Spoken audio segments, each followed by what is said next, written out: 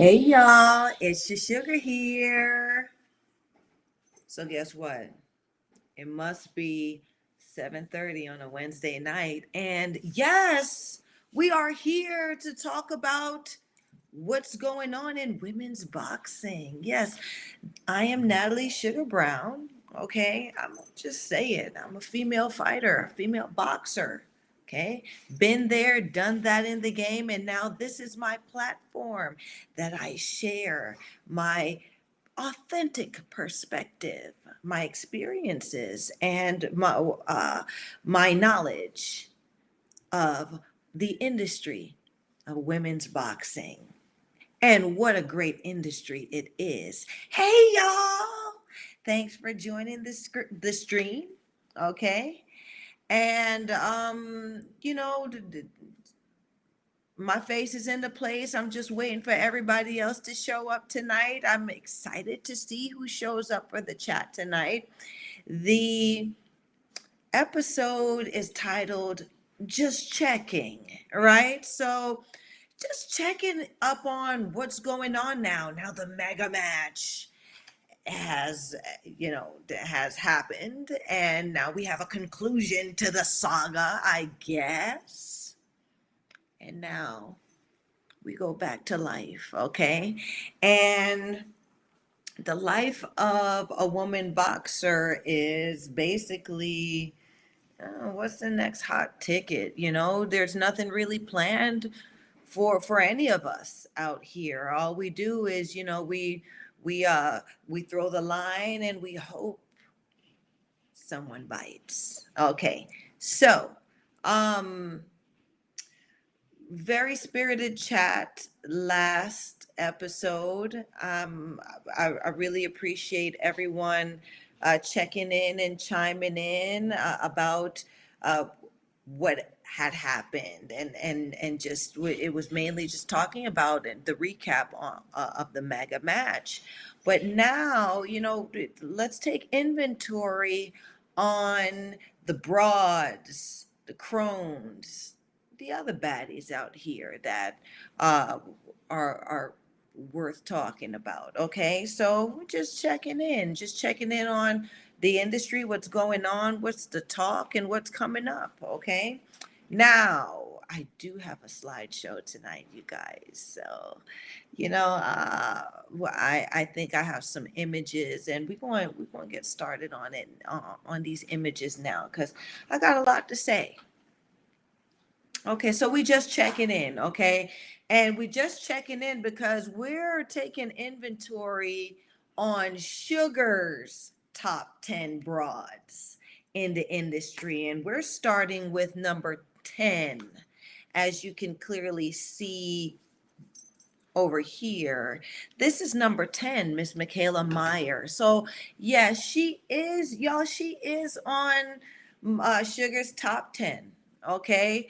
Many people think that I I don't like Michaela, and it's really not about whether I like her or not. It's about uh, respecting the broad's abilities and value and swagger when it comes to getting in there and behaving badly.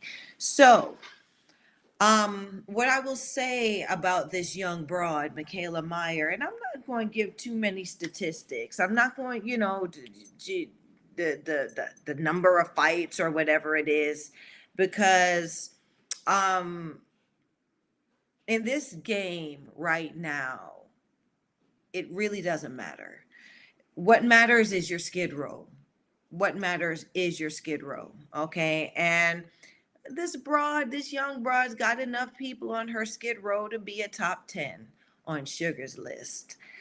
She just got off of a loss from Alicia Baumgardner on the mega card, but I give her the number 10 mark because she is indeed a professional woman boxer. She fights like a professional in there. And that's why I give her the kudos. She has a strategy, she executes well. She's her generalship is professionally executed. And, aside from her just being a little bit cheesy and corny, I think this broad still has some potential in women's professional boxing in our industry. And I'd like to see where she takes her steps, where her journey leads her from here. So let's go on to number 9. Number 9. So number 9, we have Natasha Jonas, and Natasha Jonas right now is rallying it at 154 pounds. Okay, but like I said, in women's boxing, I'm not talking about the numbers, none of that stuff, because it don't matter. We go up, we go down, we come full circle. The weight classes really aren't the issue, as you all can clearly see, because fighters are fighting. It's a round robin up in that bit, like what I'm saying. If you can cash me at my weight, or cash me at a certain weight, we going. If a broad wants to fight, if two broads want to fight, if a broad wants to fight a crone, it'll happen. Okay, so this Natasha Jonas is number 9 on Sugar's list. I like this gal. Okay, I like her because she has moxie. She's a Brit. She's a British gal, and she did everything right. Okay, she did everything right. So top amateur, um, Olympian.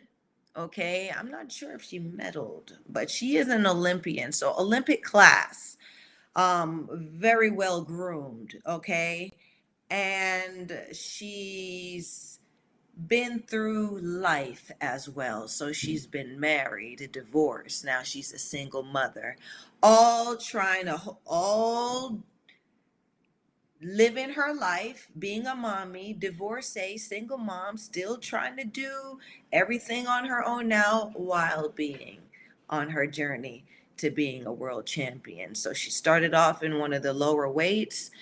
She fought the likes of Katie Taylor in them, Terry Harper in them. Okay, wasn't getting very good luck. She even got stopped by not Lynette Artu. She goodness, the name escapes me. Scrapbook Boxing. Where you been at? So Scrapbook Boxing comes in, chimes in, talking about pieces.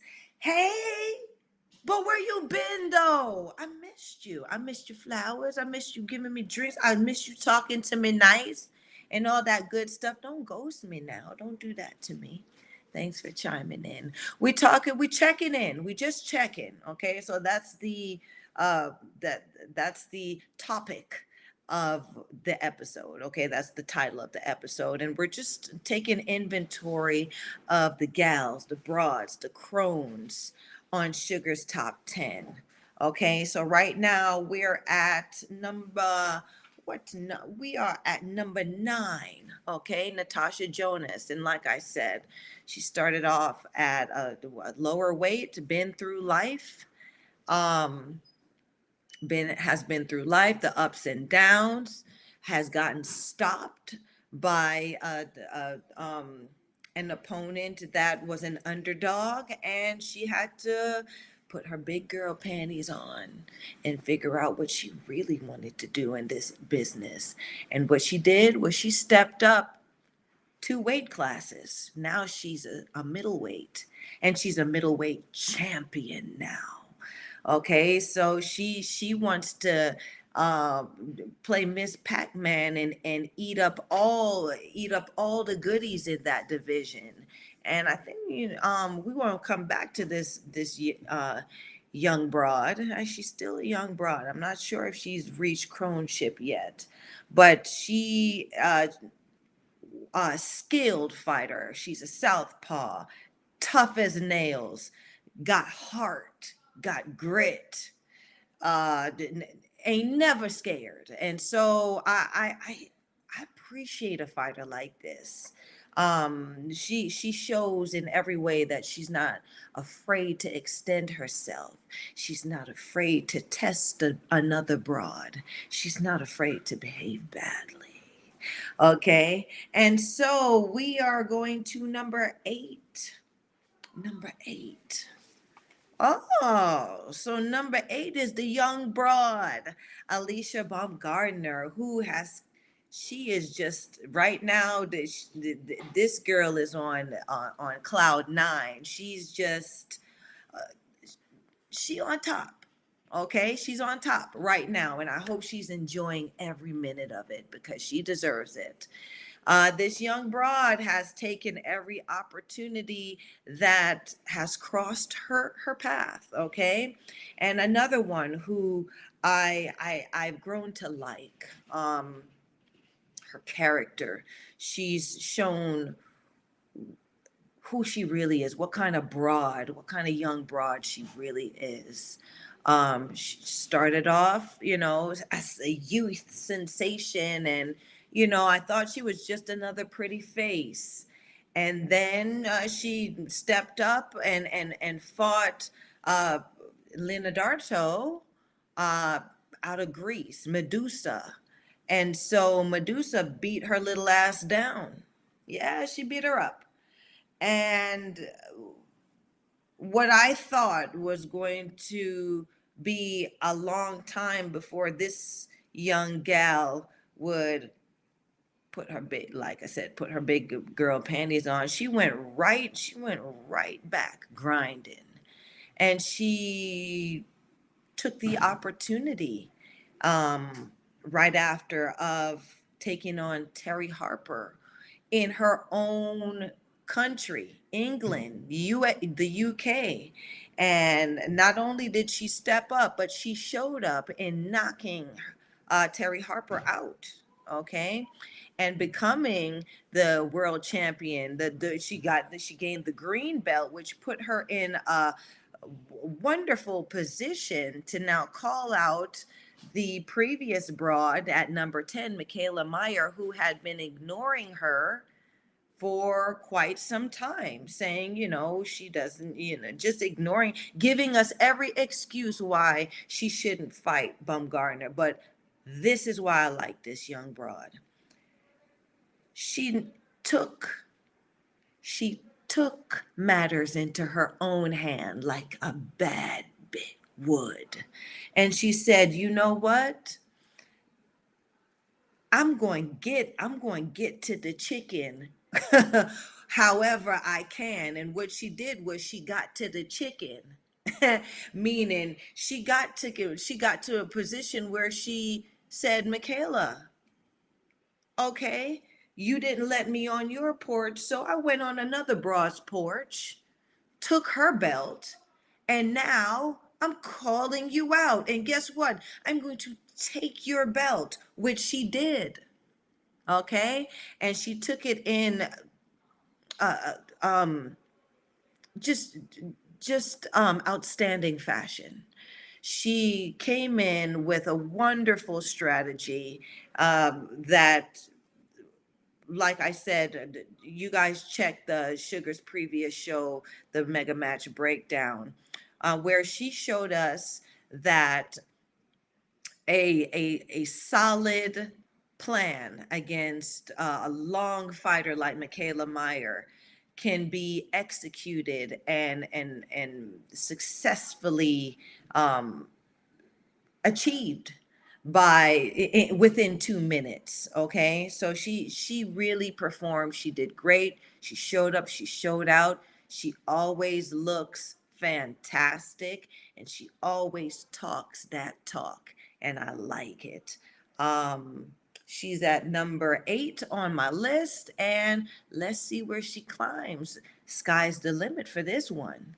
Let's go to the next one. Next broad.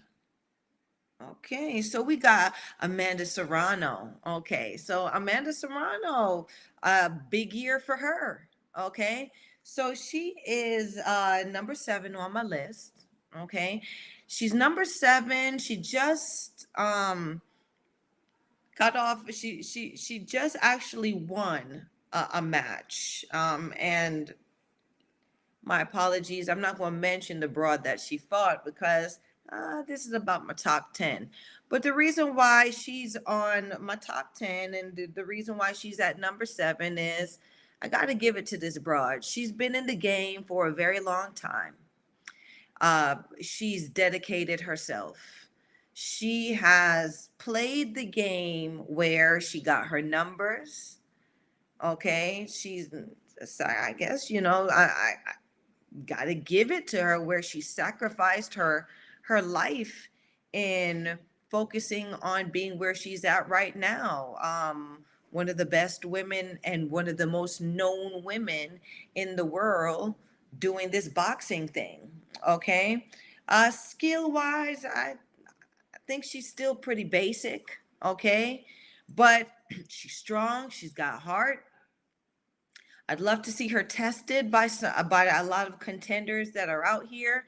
I'm not going to call names right now because it's about my top 10. And this broad here has made it to number 7.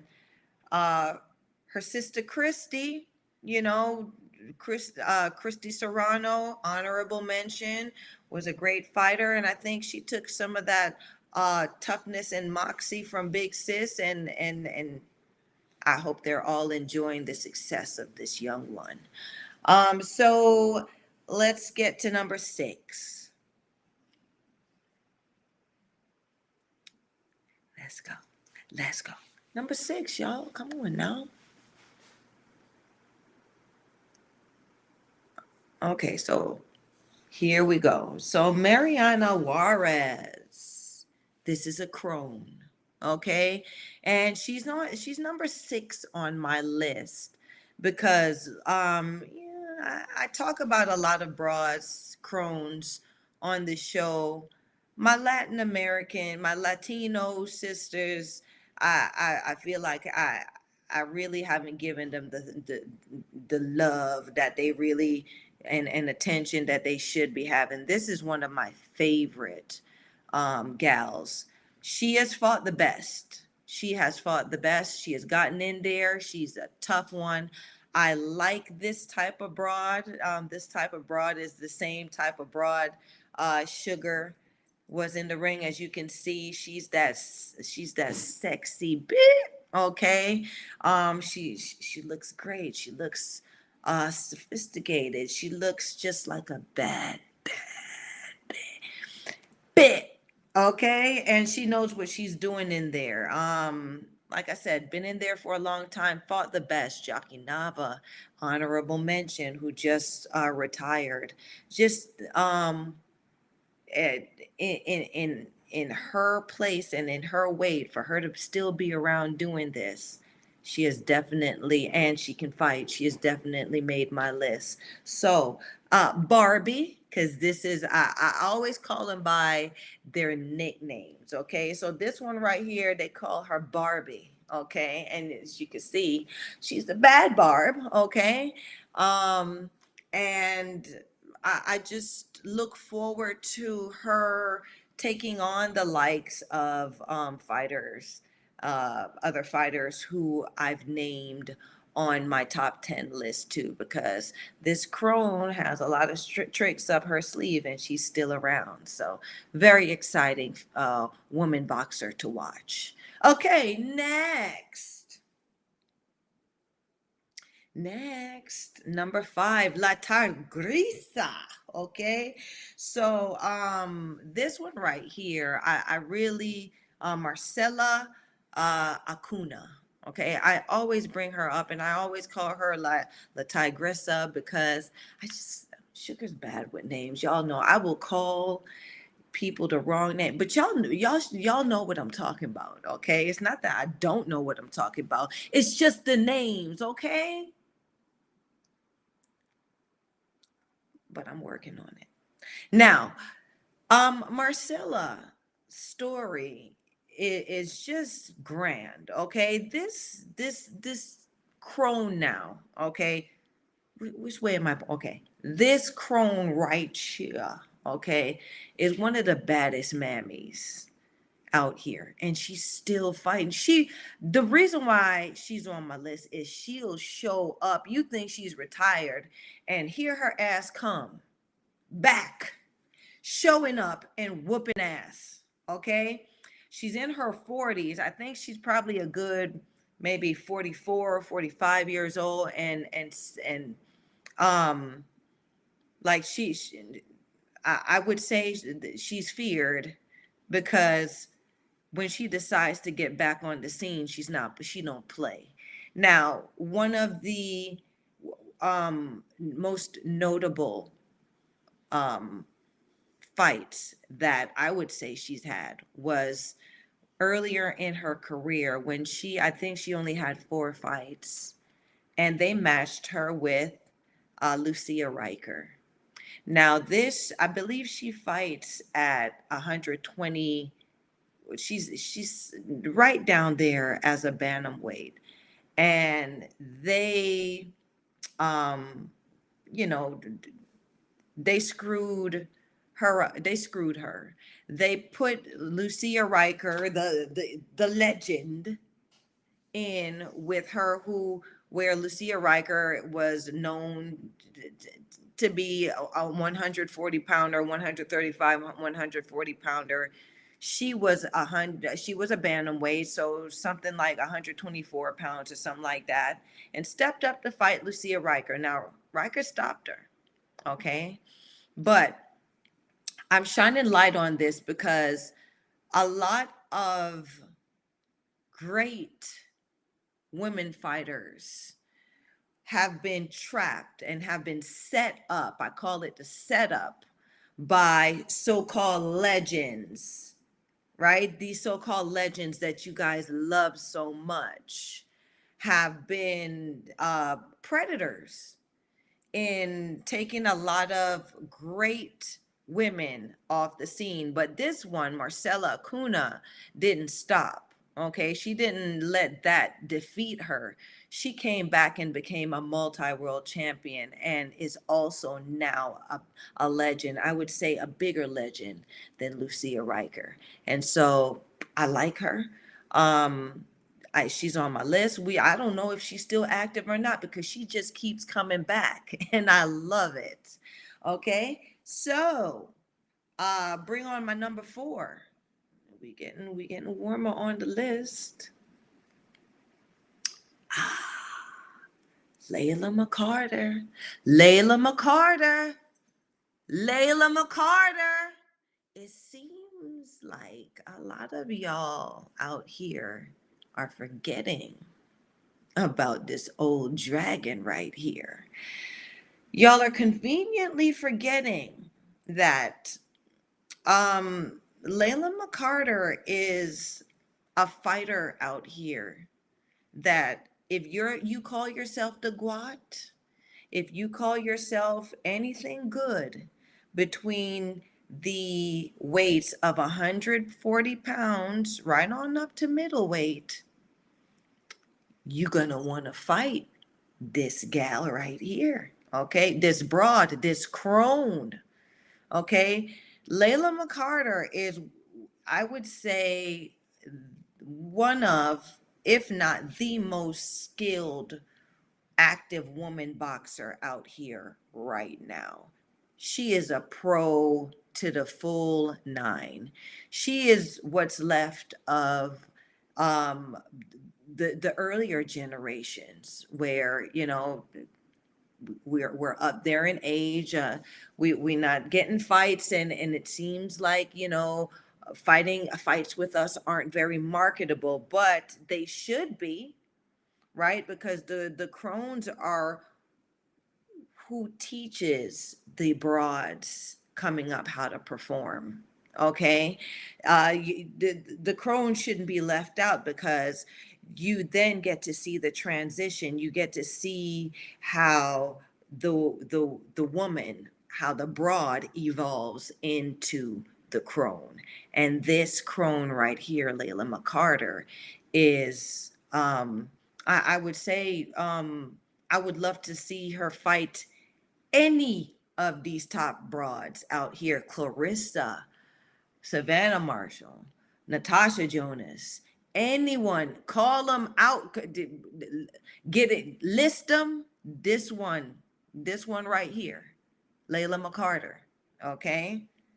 Layla McCarter uh, got something for their ass, okay? So, um, very, very entertaining crone to watch, was a very entertaining broad to watch too. She just always stepped up, fought 3 minute rounds because she wanted to, okay? Advocates for women to fight 3 minute rounds. She is a true example of professional women's boxing. And she is number 4 on my list only because she has not been active enough. She has not had the opportunities to get in the mix with a lot of these new wet nose broads because y'all don't know about her. But please look her up, okay? Um, she's I just hope somebody takes a chance on her before she actually does have to retire, because she is up there in age. She's a crone. Okay, number three. Number three. Okay, so we're at number 3. And it's your darling Katie Taylor. So she's number 3 on my list, okay? Number 3 on my list because Katie Taylor is still, no one has solved the problem of the glorified amateur style of Katie Taylor. So she's made that style strong as she's living that thing right through as a pro, okay? She's brought it to the table and no one has figured out how to catch the road runner, okay? And styles make fights, as Sugar says, and gotta respect the style, okay? Not a fan of it, but I respect it, okay? So Katie Taylor, I think she gets a lot more credit than she really deserves, because there are fighters out here really fighting, really putting their blood and sweat and taking chances in the ring, really rallying the people, really just um vocal and selling women's boxing. I don't think Katie Taylor sells women boxing, right? She's available for you to purchase a ticket, but she doesn't sell it like these women this past weekend or a couple weekends ago who actually sold women's boxing to the world, to the larger platform, right? So yeah, you fought in Madison Square Garden, you got freaky in there, but like I said, I don't care what hotel they paid for you to get freaky in, okay? We really not even talking about it no more after that, after the mega match that happened between Clarissa Shields and Savannah Marshall. So, sweetheart, you number 4, okay? I give it to you. But on unless you come out with something else, unless you move up in weight, unless you take some more chances, unless Katie Taylor takes some more chances, she might drop a bit lower on Sugar's list, because it just becomes boring and we just stop being interested after a while. Okay, all right. So let's go on to number 2. Number 2. Okay. So this is the broad Sinisa Estrada. Okay. And so at number 2, I give it to her. This young broad is skilled. She got the moxie. She's not the she she's not the Olympian, and she's not the girl that, they always try to push in women's boxing right now. This is a young broad that came up. She has great amateur background, came up and it just can fight her ass off, right? They put anybody in front of her. Now she did have a blemish with that 8-second stoppage of a tomato can that they got for her. I think that was a loss on her record, not on the tomato cans record. But as a whole, Sinesia Estrada, I like how she sells herself, how she sells women's boxing. She's another one. She's that type of broad. She talks the talk, she walks the walk, and she doesn't run from a fight. Okay, meaning when she gets in there, she's boxing, she's banging, she's fighting you. Okay, you don't see her jumping off and running and dodging or anything like that. She's stepping to whoever it is that's in front of her, and she's putting on a show and a fight. Great generalship, great IQ in there. Sky's the limit for this young one. Okay, and our number one gal. Let's see who this is. Let's see who Sugar picked. Clarissa Shields. Yes, yes, yes. Right? You got to give it to her. You got to give it to her. You got to give it to her. Okay? The story is out of a movie. This one, her story. Okay? Like I said, young girl came up in one of the hardest cities in the United States, Detroit. Okay? Drinking dirty water. Okay? Coming up through the environment, the harsh, toxic environment of Detroit, and becoming two-time Olympic gold medalist, the youngest woman to gain an Olympic medal at 16 years old, okay? And hasn't lost since. She lost her fight with Savannah Marshall, which, I mean, a lot of people are making that a thing. It's amateur boxing, and amateur boxing at certain levels is more political than anything else. So, I mean, okay, she lost in the amateur. You gotta lose sometime.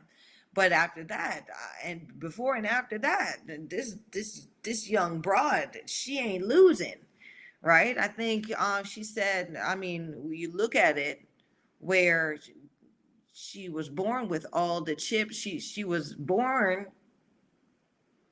uh, people would say, a loser, you know, broken family. Father was, in locked up, just everything, every um every chip that she had, or every token that she had, wasn't hers, wasn't something that she can take and say, okay, I'm going to build on this, right?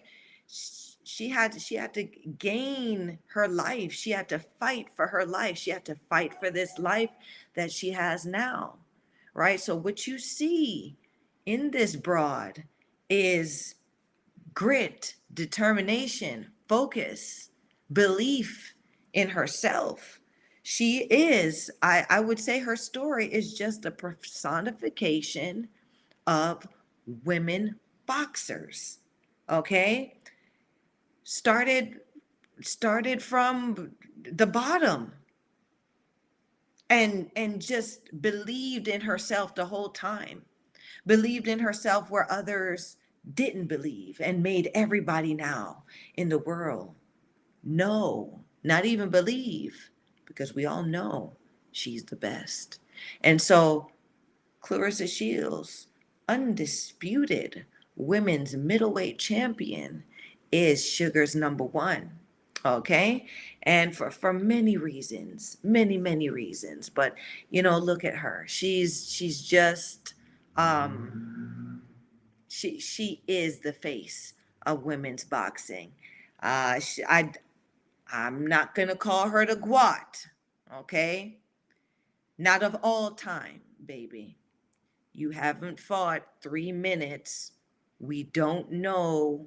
We really don't know and never seen you, right? So the greatest woman of all time would have that type of experience under her belt too. And you don't have that, hun. But you are one of the greatest women boxers in history. And I'm so very proud of you. Okay. And so there we have it. Sugar's top 10. I wish more people would have chimed in to have the conversation and talk about these gals. But maybe in the follow-up episode, you guys can let me know how you feel about Sugar's top 10. Okay. But we're going to talk a little bit more. We're going to go into more checking in women's boxing. So can y'all bring in my next image? All right now. Ooh. So I guess it's too big for my panel. But this image here is about the upcoming match between um, Chantel Cameron and Jessica McCaskill. Okay. So you can make it, I mean, yeah, just put it back how it is. The reason why I'm bringing this up because it's coming up. It's November 5th. Okay, so these broads are they they're about to they on peak now. Okay, it's about to be on.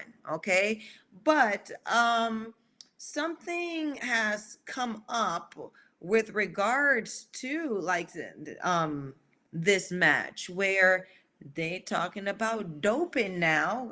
Cameron's people are dropping their concern about the fact that ain't nobody testing for dope. Okay. And Sugar has a previous episode outlining what dope broads are, right? See, these are the broads that dope, that use PEDs, performance enhancement drugs.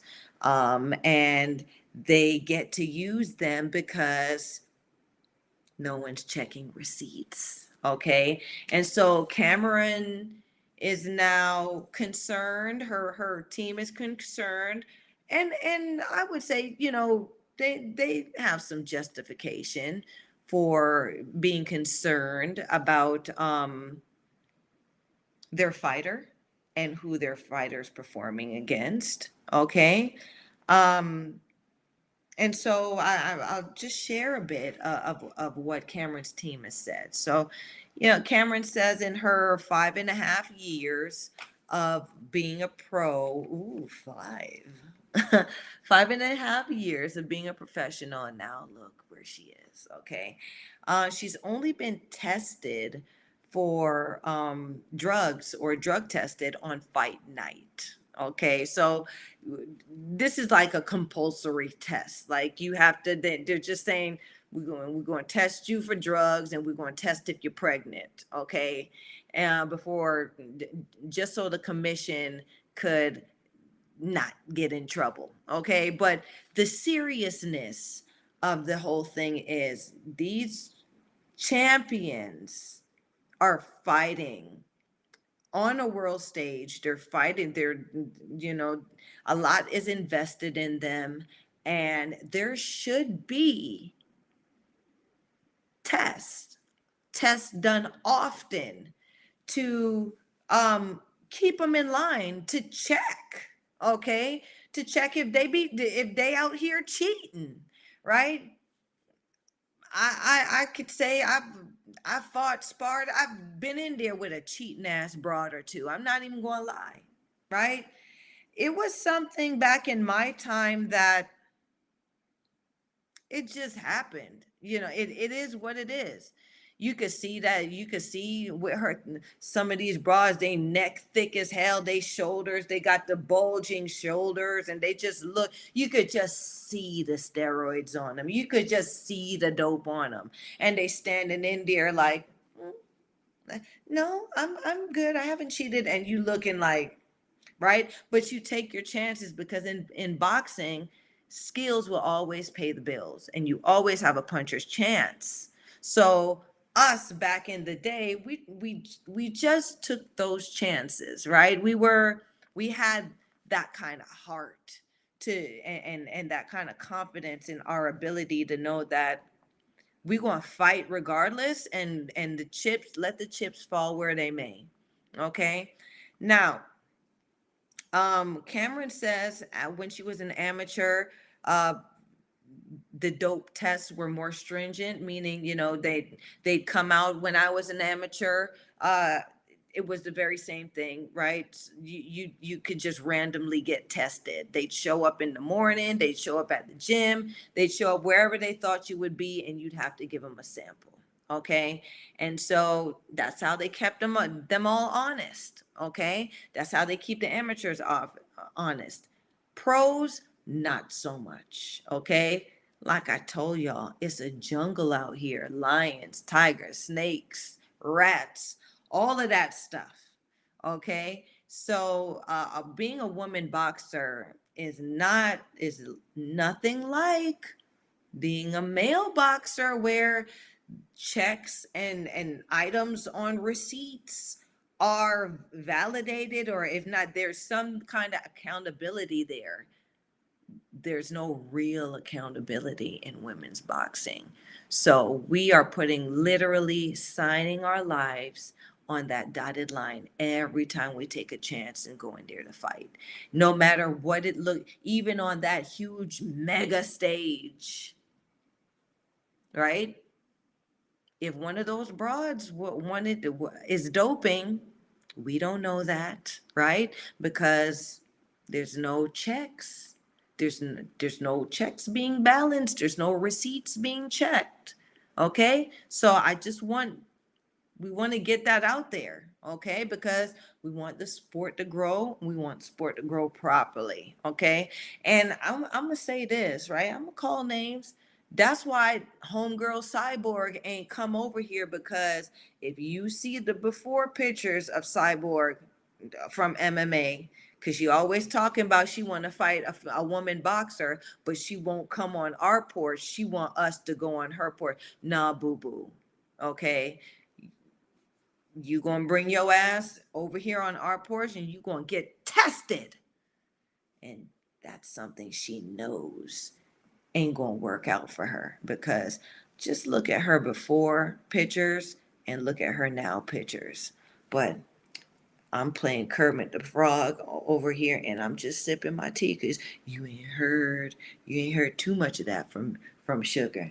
I don't know the facts, but like I said, you could see it on them. Um, so, the agencies that are in charge of this dope stuff is the Voluntary Anti-Doping Association, and there's a UK Anti-Doping Association also. And I believe these two, well, no, these two broads are fighting in Abu Dhabi. Okay, so I believe it's an Arabic country. So I'm not sure what the um I'm not sure what the commission says about fighting on that soil, okay? Because it looks like now promoters and are taking chances,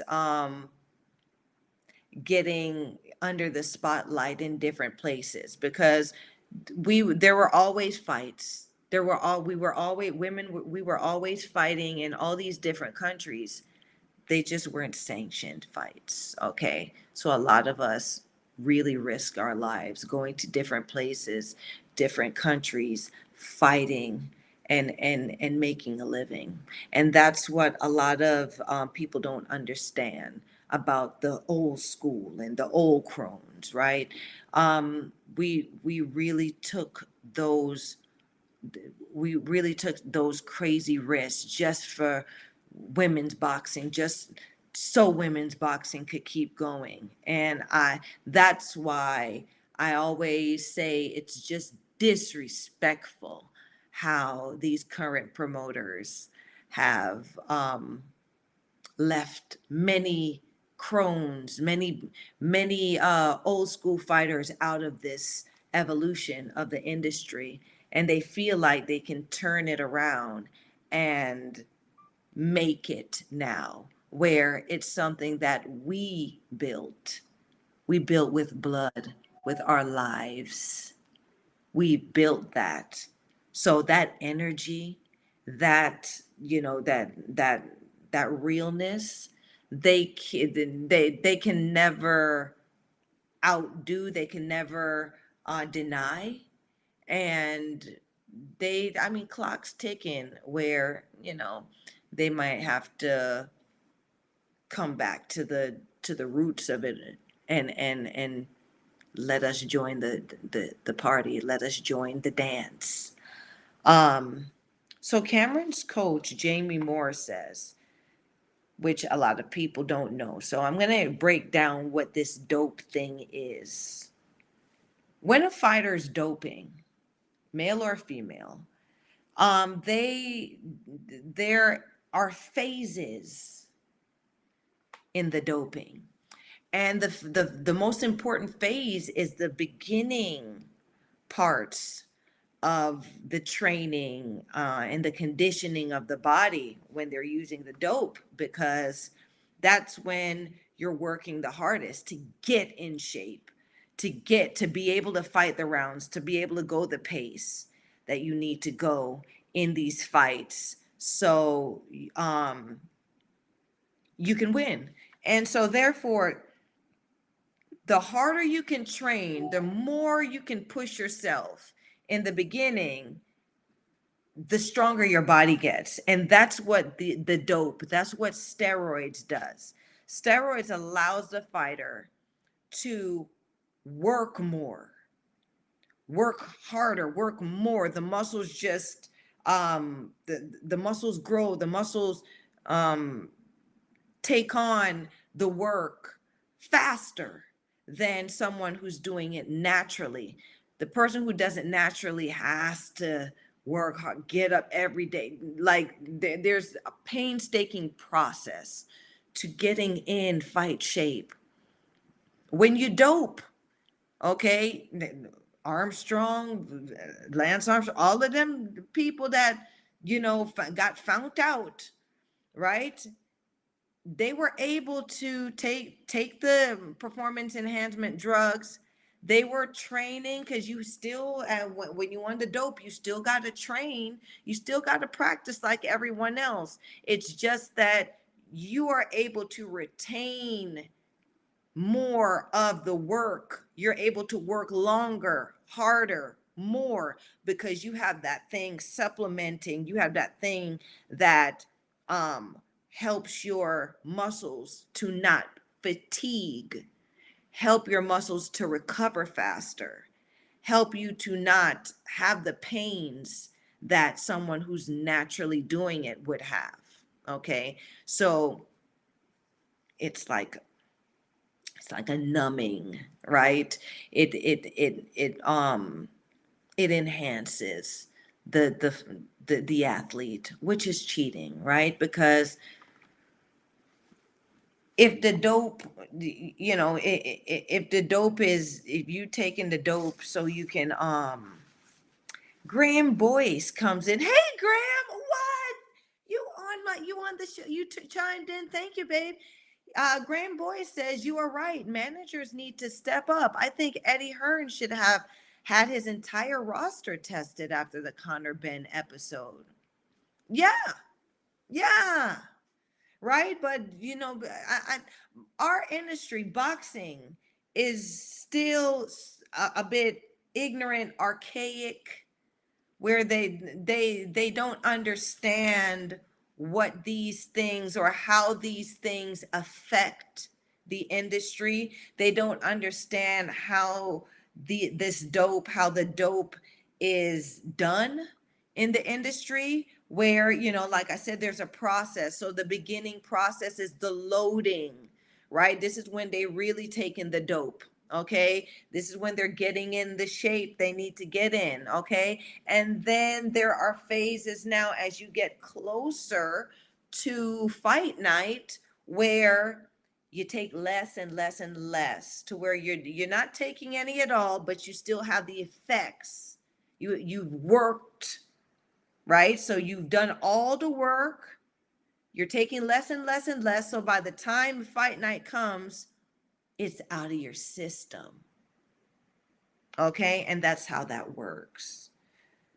Now, with the technology, now knowing about this dope, okay? Which is why I feel like dope is political in our industry, in boxing as well. I think the majority, I think most agencies know and bargain about this doping thing. I think athletes get managers and promoters and all that stuff. I think they pay their way out of dirty tests. I really do.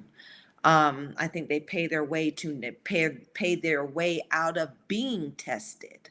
I really do, because in our industry, in boxing, it's the golden rule. Whoever has the gold makes the rules, meaning whoever has the money is the one that they going to listen to.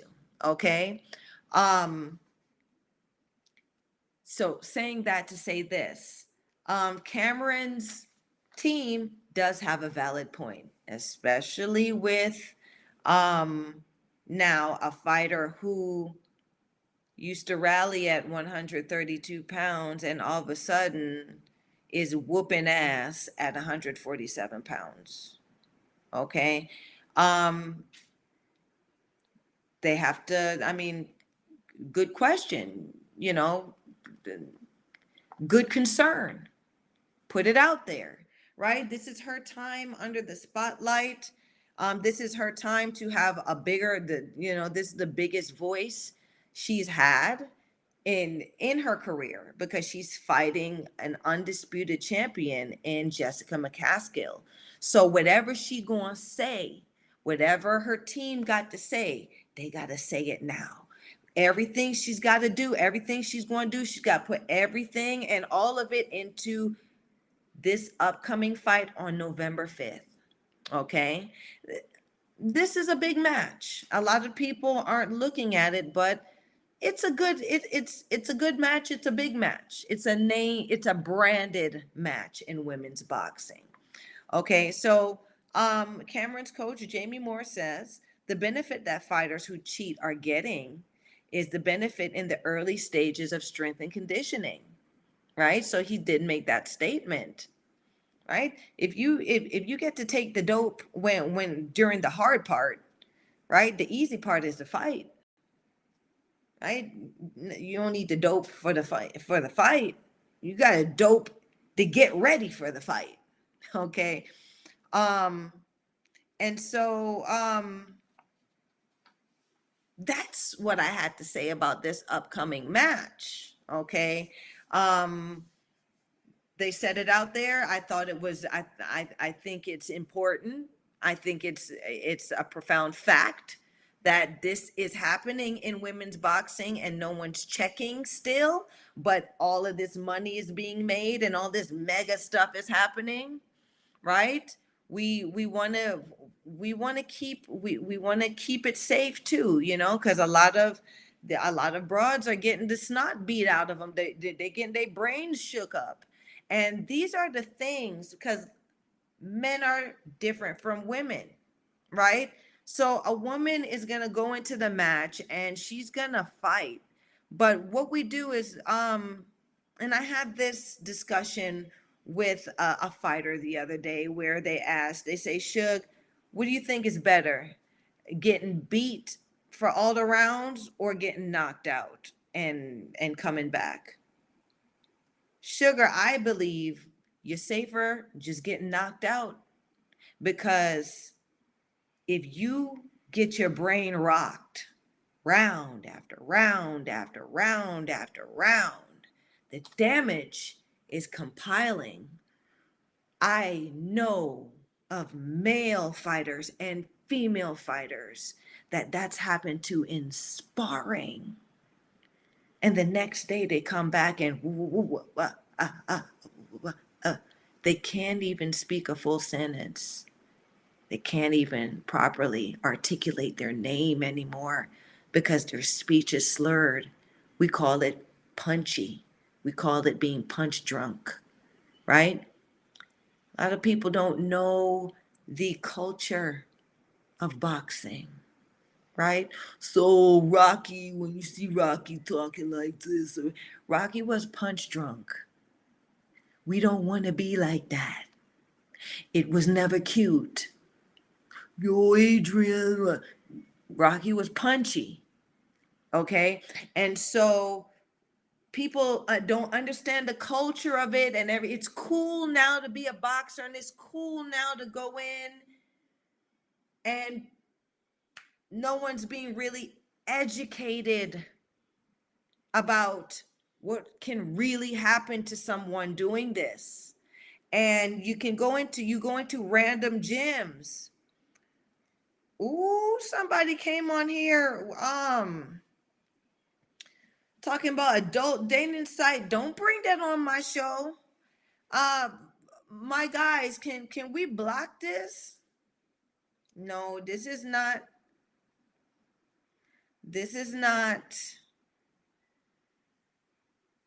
Yeah, man.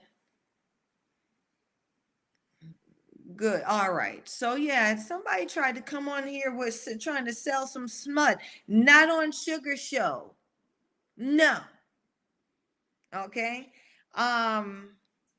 Thank you, my producers. Thank you, Talkin Fight, for keeping it clean. Mwah. Thank you. Um. Where was I? I digress. I have to talk. So, like I said before, like I've walked into these like people don't understand the dangers of someone just saying one day, "Oh, I'm going to open a boxing gym." I've walked into gyms, they don't know who Sugar is. these these guys don't know who Sugar is in some of these gyms because haven't even they don't know the industry like that. And I walk into the gym and I see them doing all the wrong things to their young fighters, having fighters the in the ring sparring and getting their head rocked back with no headgear just so they can seem tough, have pro fighters in there sparring with no headgear, having young amateurs or whatever wail on their head, not knowing that it's still a blow. Whether an amateur gave it to you or a pro gave it to you, it's a blow to your noggin. Your brain's getting shaken around. Okay? It adds up. And one day, it'll be just that casual punch that you get. And all of that stuff that you were put yourself through in the past just tears that brain, just tears it now. And you get a little hemorrhage. And you don't know that your brain just hemorrhaged just a little bit till you wake up the next day and you can't speak a full sentence till you wake up the next day and your speech is slurred and you can't get it back. That's what a lot of people don't realize, right? Once your brain gets torn from once your brain gets rocked and it really now tears, you don't get it back. And if you do get it back, thank you, lucky stars, because it doesn't work like that. Okay? These are the things these are the conversations, these are the things that we have to talk about in not only boxing, especially women's boxing, right? Because, yeah, we want equal pay, we want this, we want that, but we have to understand how to conduct ourselves as women and females in this industry, okay? We need to come to terms with the understanding that our damage is not the same, and the damage inflicted that can kill us will not be the same as the damage that will be inflicted in the male arena. So these broads who are getting set up, these broads who are getting put in tough fight after fight, who are becoming glorified uh, opponents, one day, all of those beatings will catch up to you, right? And then what happens? Coma, death, right? Loss of faculties. And then that's when they start blaming, oh, boxing is bad for women. No, boxing is not bad for women, right? It's the safety standards that aren't being checked. That's what's bad for women in women's boxing.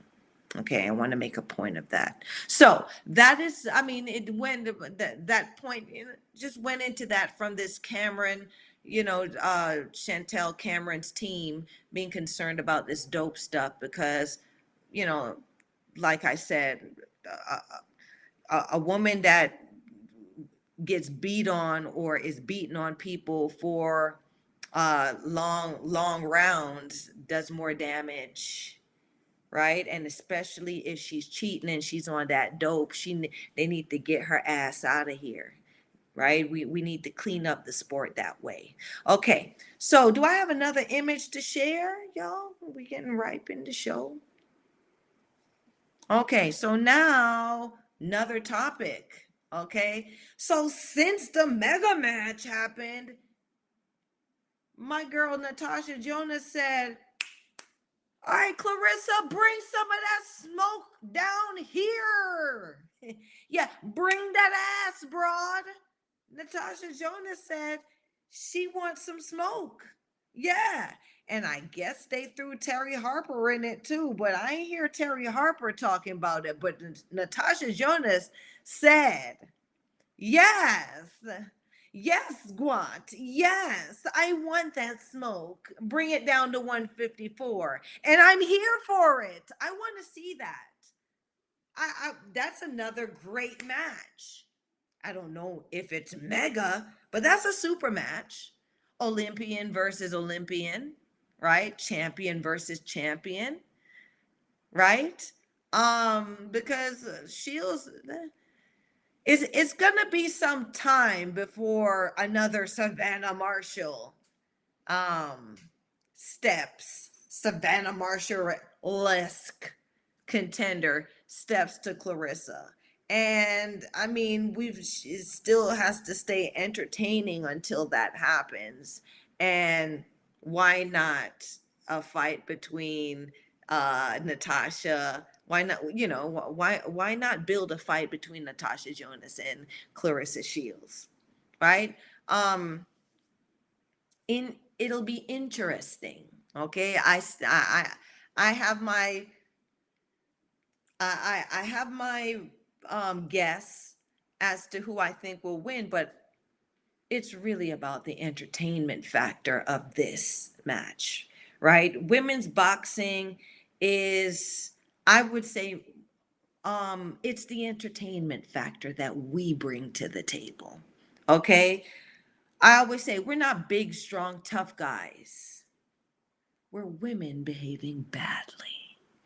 And it's just entertaining to see the styles now evolve and grow and become something because styles make fights. And these two styles now, Natasha Jonas, okay, a dangerous southpaw versus Clarissa Shields, the Guat, the self-proclaimed Guat. The best female fighter out there right now is definitely an interesting match.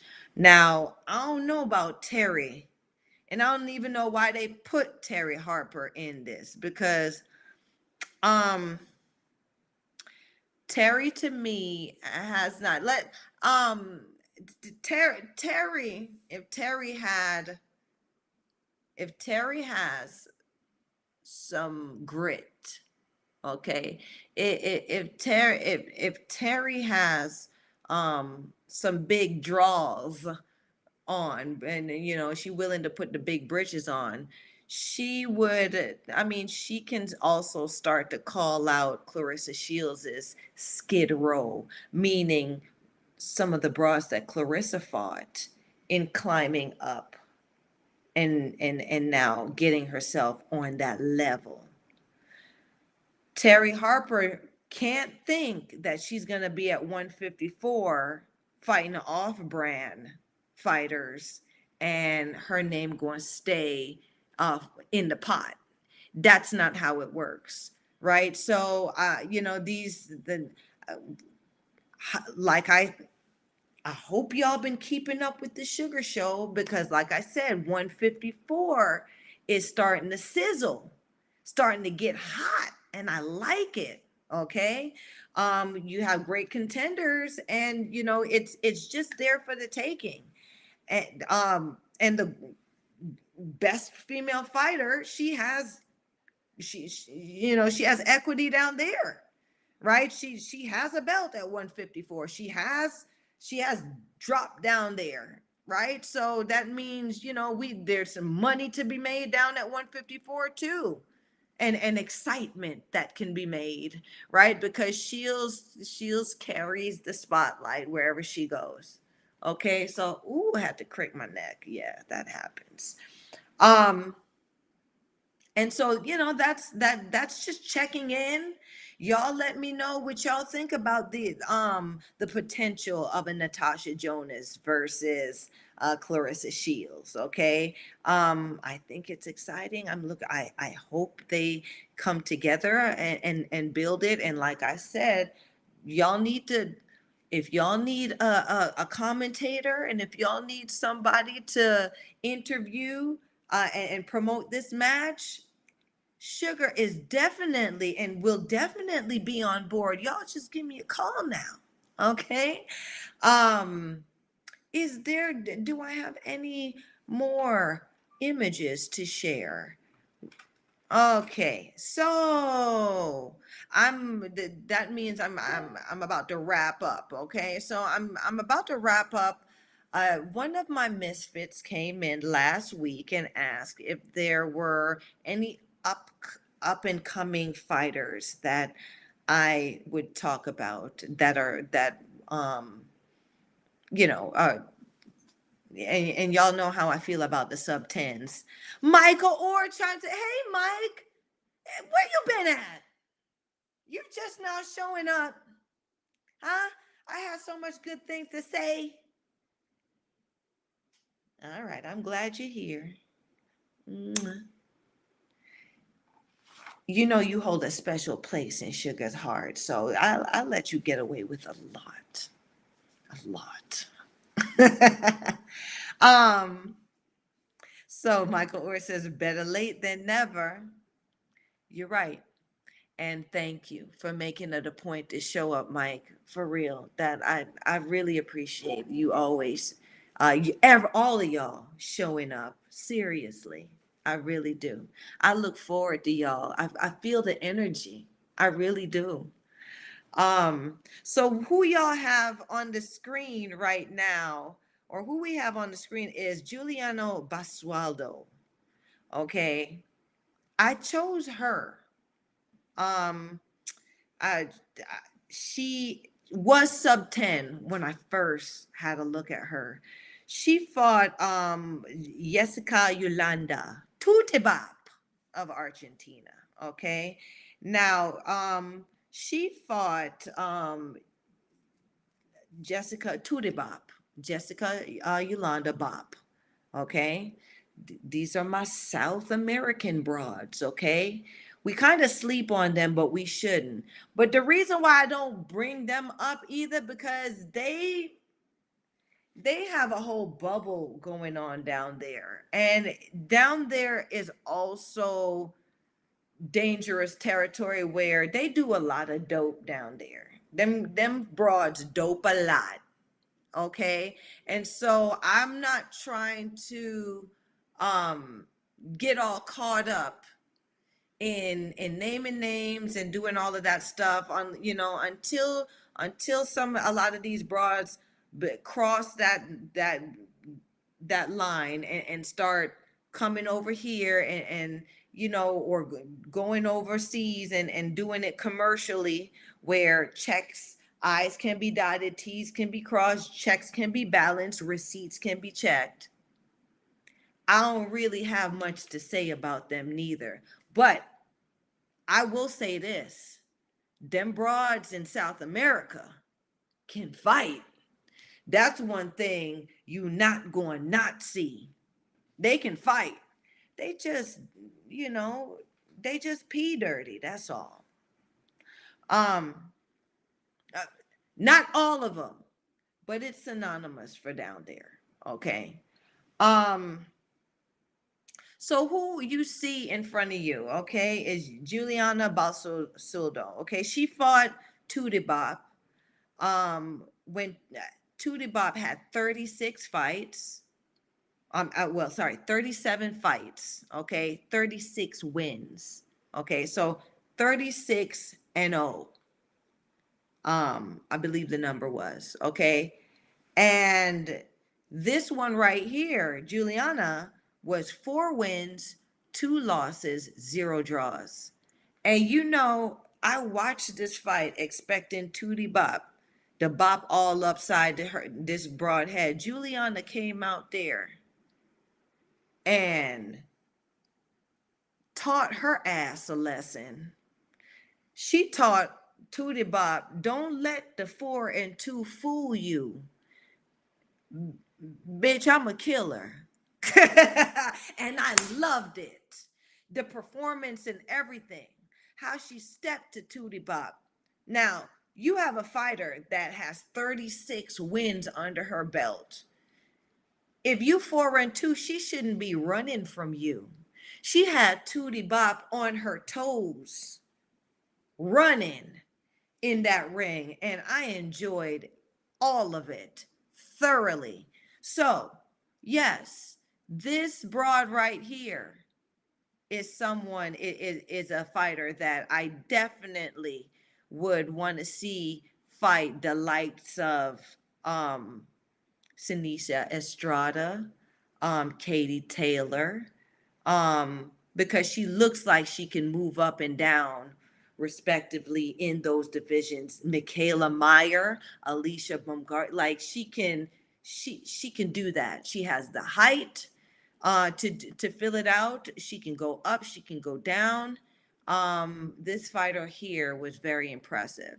Now, looks like I'm gonna be wrapping up soon, okay? But I wanted to shout out my lady Sue Fox, Sue TL Fox, okay? The what can I call her? The archive, the historical ambassador of women's boxing. I'm shouting her out, and I'm going to do a feature on her, period, because I'm getting all emotional and stuff, but I'm so grateful to this woman. She's a former fighter, but she took it upon herself years ago. I think something like 24 years ago. This was around when Sugar first started boxing too, to make a platform that showed all female boxers and keep an archive and keep a record of what we were all doing. She became the lifeline of women's boxing. She made it her duty, and it is work to keep up with all of us. She made her duty to report all things, good and bad, for all of us. She made it a point to feature all of us. She had teams of people working for and with her to do that. And it wasn't just her, it's her team of people. And like I said, I'm going to do a full feature on this gal, because what she has done for us women boxers is invaluable. She kept us alive. Okay. She is a great. And the International Women's Boxing Hall of Fame, which is also something that she has developed, happened this past weekend where they honored a lot of great fighters who I will also feature in my next episode. Um, Hopefully she gives me permission to use some of her images and stuff on the Sugar Show. But I want to end this episode just uh, my giving her my thanks. So thanks, Sue, for all that you've done in women's boxing. I don't know if you like me very well because there are times that I know um, I have shaken things up a bit where things might not be as sweet with sugar. But like I said, I'm me, she is she, and there was always a respect that I have for this woman who and all of the people who her team of people who have always been there to support us women boxers. And like I said, y'all are the lifeline of women's boxing. We're not going to leave you. None of us that do these podcasts or something, if you don't shout out Sue Fox, you ain't real up in this mofo. You ain't real up in no women's boxing, and you ain't got no skin in the game to be talking nothing about women's boxing. Okay? So, like, subscribe, share this sugar. Okay? Like, subscribe, and share. Don't forget to press the like. Okay? And I will see you guys next Wednesday. Okay. Like I said, I always try to drop down on Female Fridays to meet up with the guys, but listen, Sugar's got so much to do out here in the world.